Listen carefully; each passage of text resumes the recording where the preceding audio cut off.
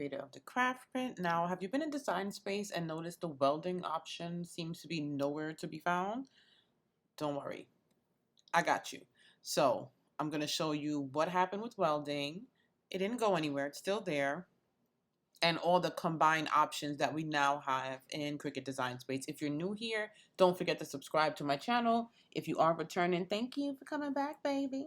Now let's get straight into it because y'all know I don't like the long talking. So first I got to bring in shapes so that I can show you what has been happening here. Any two shapes is fine because this is just a demonstration. So we have two shapes and we're going to highlight them. So before, the weld option will be down here, but now we have this combine option down at the bottom right with a arrow for a drop down menu. And this is what we have here. Now you could click the regular weld, unite, it's better to use. So that's basically welding. So I clicked it, you see, all together. Let me make this larger so we can see it.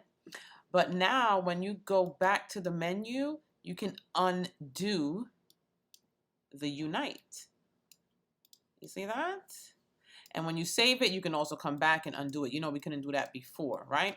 So now we're going to highlight both again for us to look at the other options that are here. Subtract. Now, as you can see, it just took out that one piece and then that extra. Before, we would have to slice and then remove all those extra pieces to get this option. Now you can go back to the drop down menu and undo. Look at that. Now highlight again so I can show you the next option, which is intersect.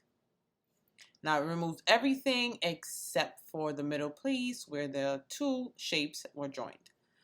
Then, like I said before, just undo, intersect, and we go back to the original two shapes.